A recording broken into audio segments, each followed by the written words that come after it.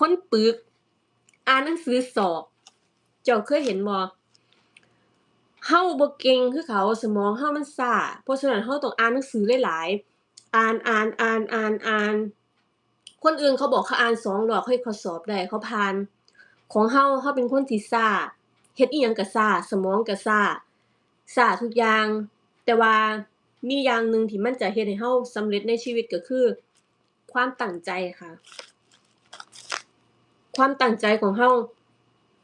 ถ้าเราตั้งใจเราเฮ็ดได้แน่นอนอย่าคิดว่าอย่าไปบั่นทอนความรู้สึกว่าโอ้เราบ่เก่งแหม